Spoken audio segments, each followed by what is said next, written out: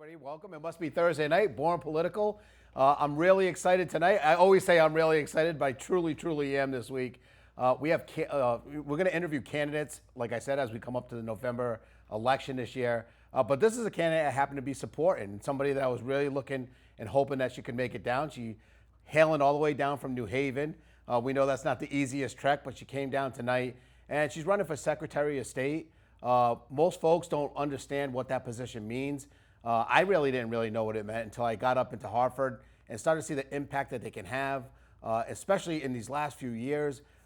Us going through, what our country's going through, trying to understand what's real, what's fake. Our election's okay, and me being involved with at least 15 elections in my lifetime, I'm so confident in how they've done. I'm confident in all the people that have their hands in on it. And I know it's very important to make sure that continues. And this is a person I think that can do that. We had Denise Merrill up there for my whole time that I've been up there. And I'm really proud to support you. I'm really glad that you're down here. I'm going to introduce you, Maritza from New Haven. And we're going to get into who you are also, but welcome to the show. Thank you. It's such a pleasure to be here this evening, and I'm just so grateful to have your support. Well, you've earned it. Thank you. I've read about you. Your campaign manager is a really good friend of mine that I really respect, and I know you'll do the right job. So this show, Born Political, at first it was just gonna be about who people are, and I think we were trying to close a gap and make sure Democrats and Republicans both understood that they were people first. They weren't a Secretary of State. They weren't a governor. They were human beings first, and we've had success. People that were on the other side of the aisle said, "I really like that person." And we kind of morphed a little because we want to know who you are, but you're going to hold a very important office. If this all goes away, I think it will. You will be holding a very important office here in Connecticut. And I think folks are going to want to know who you are and where you're from. And that would be the first question in a normal show is, where are you from?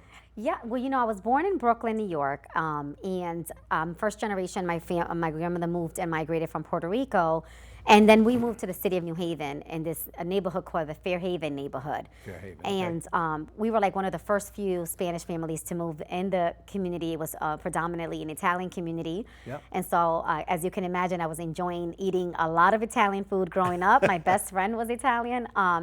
I was refusing to eat my own food because we were like bartering food. But, within that experience and growing up in New Haven was really where my passion of public service came about. I saw really the neighborhood within a decade just transform into a neighborhood that lacked resources and had a lot of social injustice issues around poor housing conditions, was overtaken by drugs, was also had a lot of violence, and I wanted to solve a problem, and I didn't know how to do that. And so I became very intrigued with how do we prevent things from happening and fix the community that we loved and lived in.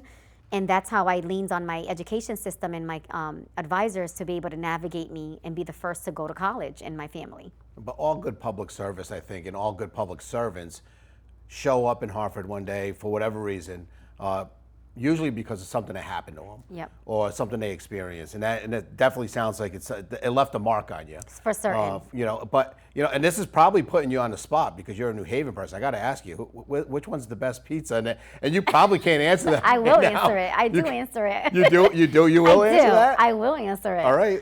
Some New Haven people are kind of. I know. I'll still be diplomatic because I do rotate to be equitable. Good. But I do prefer Pepe's Pizza. That's my favorite. It's my favorite, right? And so I've been going there since such a young age. But I do support Modern and Sally, so I rotate between those and others.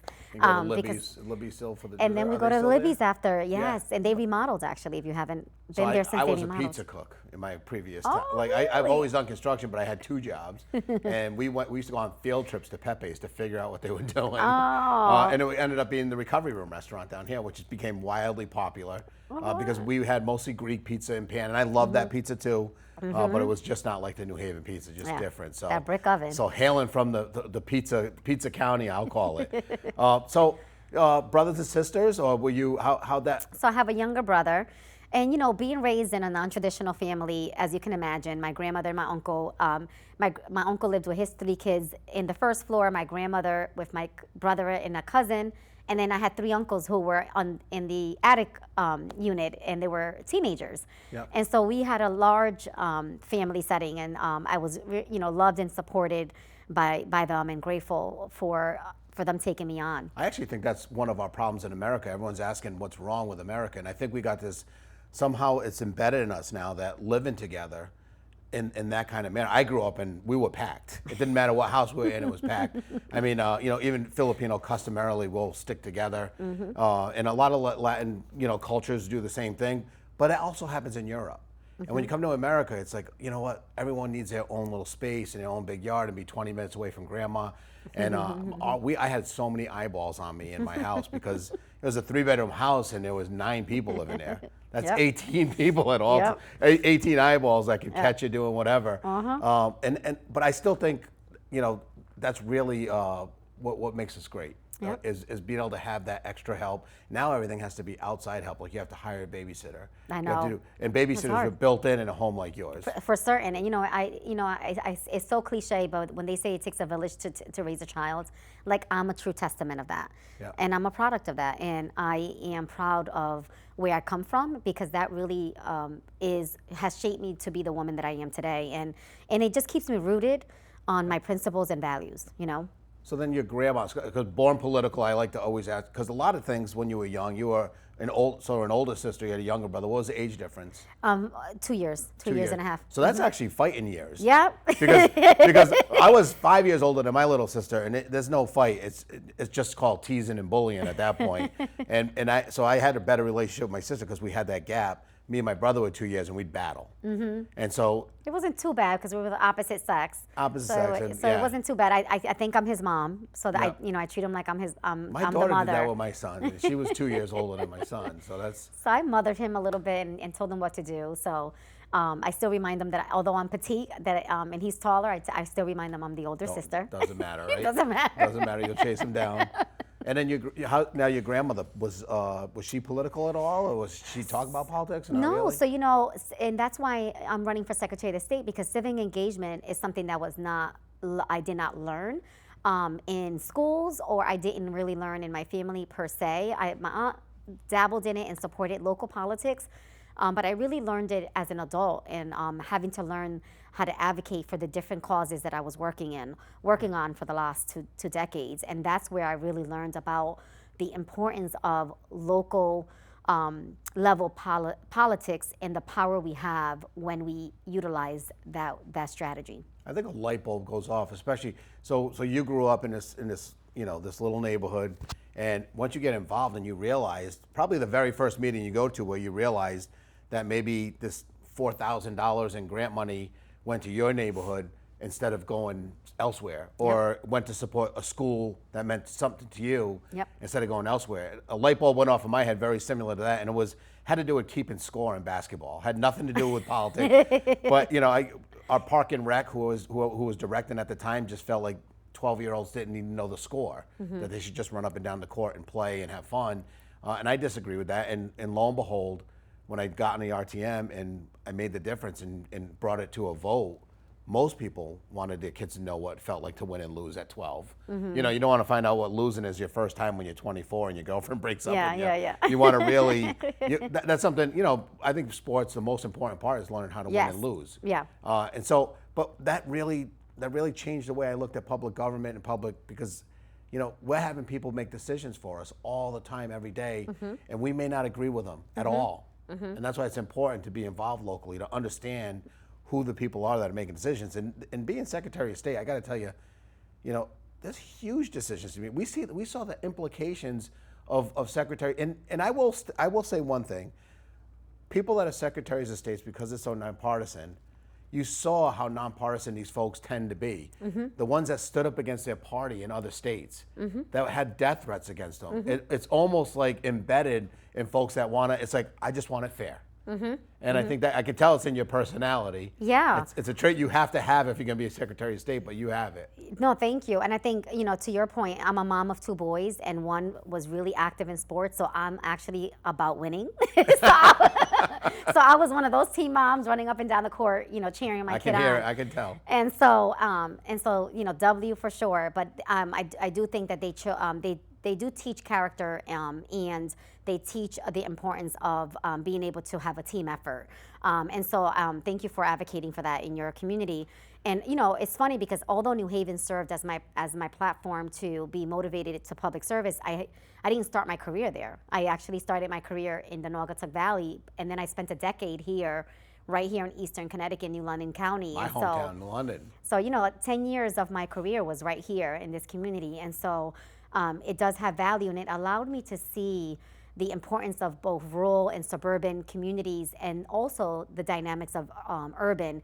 And when you have these core value things in common, it really does push you to be bipartisan, because you have to be able to advocate for the person and the individual or the cause, regardless of political affiliation or even religious beliefs or social economic status, because you have to be able to serve in that capacity. And I had to deal with that in the last 2 years, as you can imagine, serving as the health director in the middle of a pandemic where we had an administration at the federal level delaying in response. There was so much misinformation. We were having our own threats, right? We were having our own battles on having to protect the health of people while they were dying, right? And so then you had the dynamics of now the Secretary of the States, where now you had the misinformation and people trying to question the integrity of our democracy. And that's important work, especially when I saw the infrastructure when we had to reopen our polling stations in the city of New Haven, and really needing infrastructure support at the local level. And so for me, not only just accessibility and integrity around voting for the voting side of the Secretary of State, but also the business side, and how small businesses really struggled in the midst of crisis. And I had to stand up against and be at the front lines to fight that fight. And I want to be able to fight that fight at the state level on voter equity and accessibility, as well as ensuring that our businesses have access to those services equitably and just streamlined from the state.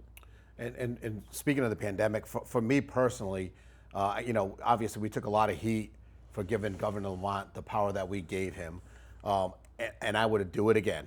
I would stand by. I understood, and I think you would understand also, being someone that was in public service but not legislating it, you see the shortfall and shortcomings that a legislature has. You know, 156 people, you have 36 senators, you have a governor that have to all be on board.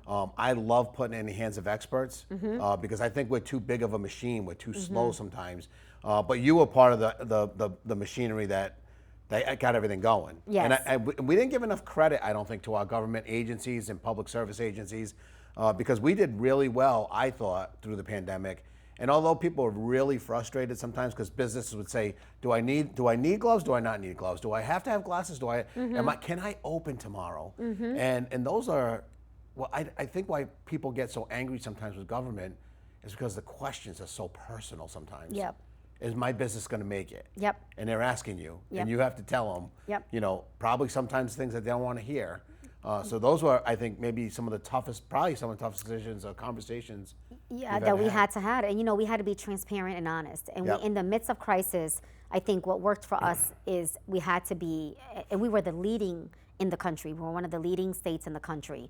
So although we had some imperfections for certain, we had to be transparent and also recognize that information was evolving and continues to evolve. And as we had to combat also the misinformation that was out there, and really had to stay ahead of those that were spreading false information, which was causing delays and barriers. And for businesses, you know, they felt like their resources were disjointed and not streamlined. And they felt like, you know, one town is doing it this way and another town is doing it that way when they owned multiple businesses in multiple cities and towns. And so we tried our best to work with them. And I want to commend the small businesses for hanging in there, being resilient, and sticking it through, because now we know how to protect our constituents and the consumers that we serve. Well, the one thing I learned about government, and I knew this before, we went through the pandemic, and my wife and I started a little TV show at home because we were just giving people, I was getting information that a lot of people didn't have access to. Yep. They did, but they didn't know where to look for it. So we'd come up with these numbers and just tell them where to go, you know, make sure they were checking on elderly neighbors, shopping for each other.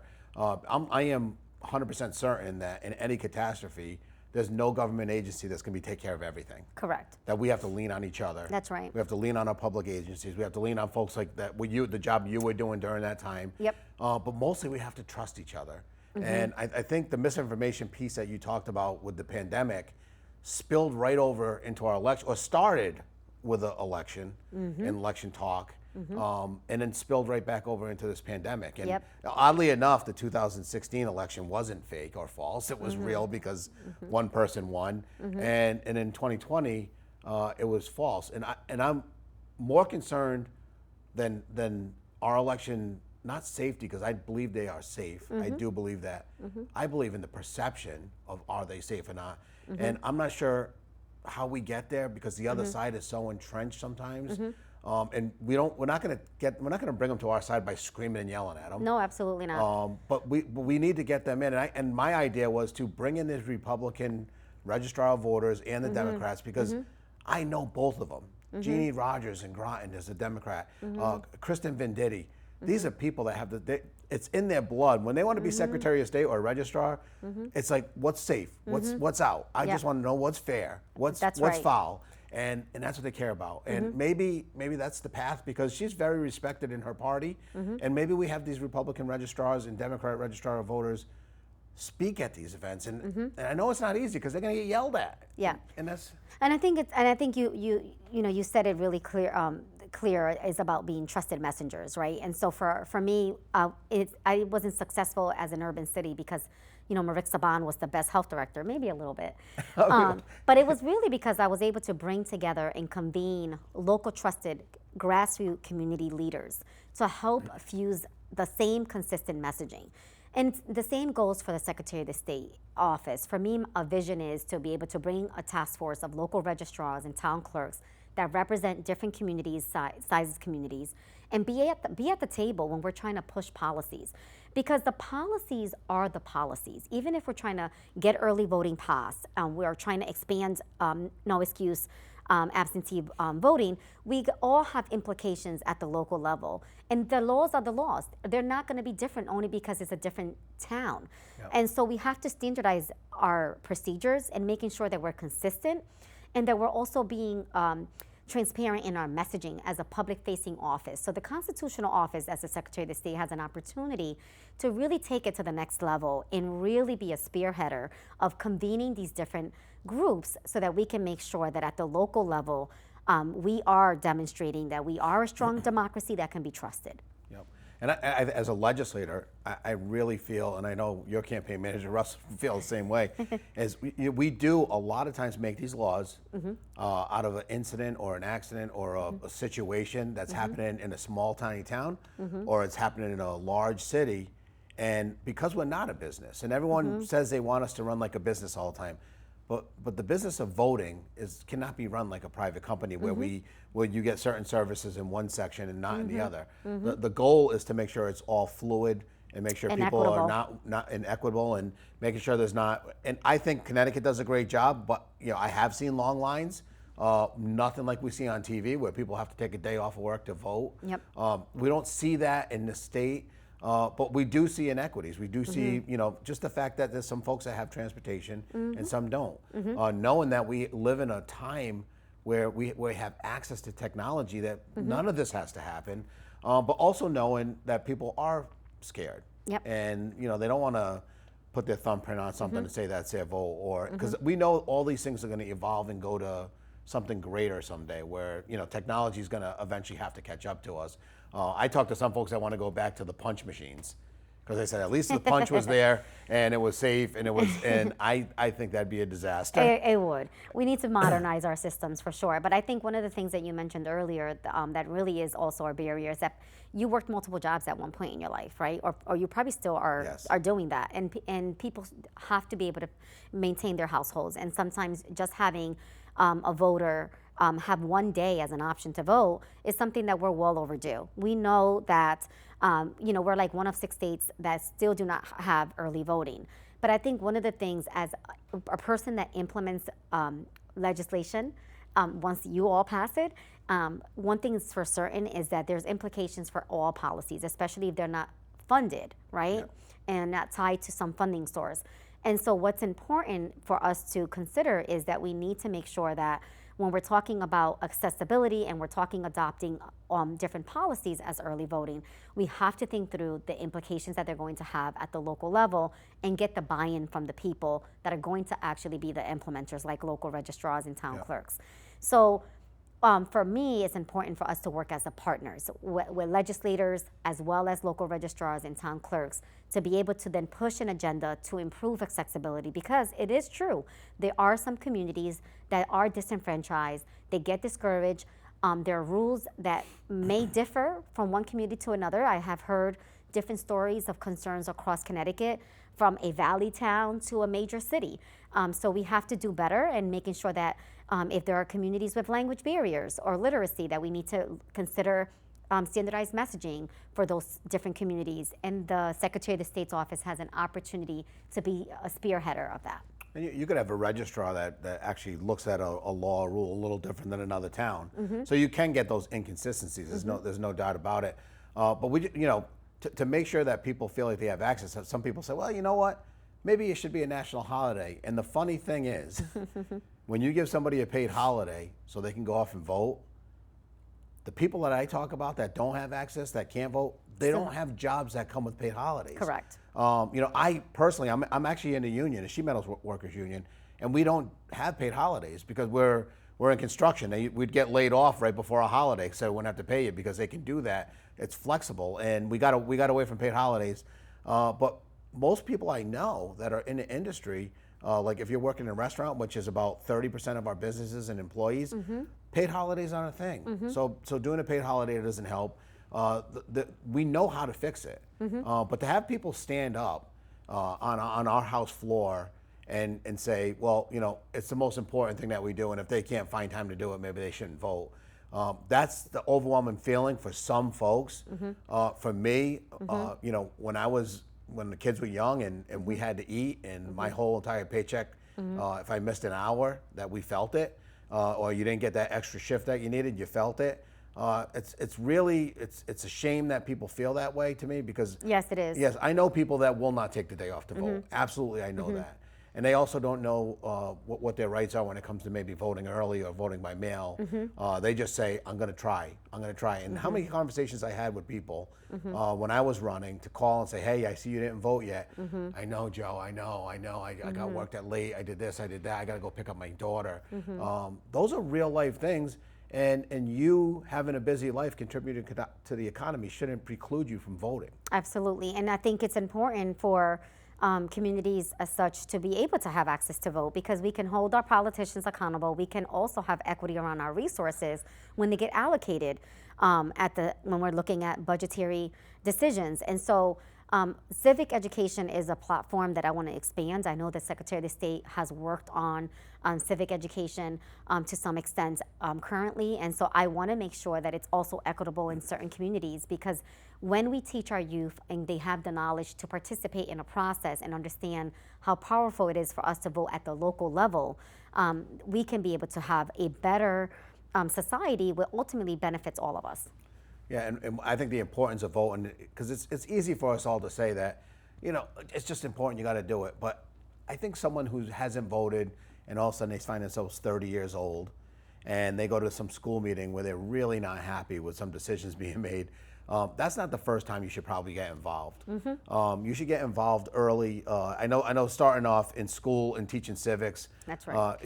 That's important, because there's an overwhelming feeling that you can't do anything, that you can't make a difference. And I don't feel that way anymore. No. But I also had the opportunity to serve on the town council, where I saw my votes affect if we were going to build a school or not build a school.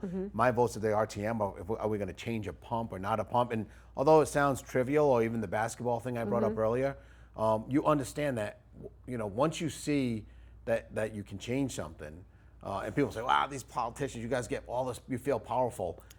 It's the opposite. Yeah. It's the opposite. When you do get into power, and I know Russ will say the same thing again, but when I was in power, I felt like I was up there trying to get my words in. And we have a lot of people that are very passionate about what they do and why they ran. So I'm just trying to sneak what I believe in and trying to make them comfortable with what I feel. So there isn't a power issue. I think the power part is where you're afraid who will come to power when you leave. And I think that, you know, I think that's it's a funny way to look at it, but I like to mention it sometimes so folks understand. Yeah, no, for certain. I think it's important. As you're talking, for me, leveraging power in my current role was something that typically every type of agency wants to be the spearheader of something, and when you're in a crisis mode, you have to be able to check your egos at the door. And at some point, our democracy and our legislators, we have to get to that point where if we are really talking about protecting our democracy, we gotta check our egos at the door and be able to leverage our power together as a community, because we are in jeopardy and we're seeing the national crisis happening. We can't allow that to happen in Connecticut. And so we gotta get to a point where if we're really talking about supporting early voting, if we're really talking about expanding no excuse in mail voting, we need to be able to ensure that we're investing into the Secretary of the State's office and being able to also give the autonomy for the Secretary of the State to be able to navigate and spend the revenues that come in, as you know, was taken away about a decade ago because of the deficit. So for me, advocacy is something that I strive for, and I think the pandemic taught me that when we leverage our common values, and we're all there for a core mission, we can do great things together. But it does take a lot for us to be able to figure out how passionate are we. It's talk about boring politicians. And this is a statewide seat, so and it's an executive position in my eyes. Being somebody that was on the housing committee, and then seeing a simple bill put forth, what I would think is simple, and I think most people watching this show would think, yeah, it makes sense. Folks that move into public housing, if you're new to the public housing and you're new to the town, you'd get a packet. The bill was just saying inside that packet that you'd have a voter registration card. And we had people going bananas over that. They didn't want them to have a voter registration card. They said, who's going to give it to them? What are they going to tell them to vote for? How are they going to tell them to vote? And it was because of Denise Merrill's office that was strong on the position. It led us to at least have the conversation. And you being an executive, when people say, well, how's the Secretary of State going to affect that? Well, if you're moving into a public housing in the near future, and that bill does come up again and you support it, well, maybe you're the reason that you got the card, and maybe that's how you vote. We only have 1 minute left. Wow. I told you this was going to be a fast half hour. It was. It is definitely and you need some volunteers. I do. This is August 9th is the election, right? So the primary is August 9th. Row B for bonds. Row B for bond, that's easy to remember. And I'm looking for volunteers to help to help us with phone banking or door knocking, because we really cannot afford passive leadership. We need a leader that's going to be able to stand up and advocate for the rights of the people. I have done it for 2 decades, have shown that government works in the midst of crisis, roll up my sleeves at the front lines, and we'll do the same for the community as Secretary of the State. And that's going to be all we have for time. We pushed it right to the edge, as we always do. First time meeting you in person. I loved reading about you. I'm really excited for your campaign, and obviously I'll be helping you and trying to get you in that seat that I think is so important. And any of my friends or family out there that want to support, her name's been up on that block this whole show. If you want to reach out, you want to help, you want to make phone calls, it's all available. This has been Born Political. I'll see you guys not next week because we're going to take a week off, but we'll be back in a couple of weeks. I'm sure we'll have another exciting guest, and I'm looking forward to seeing you guys. Have a good night. Great show. Thank you so much. God, I had so much fun.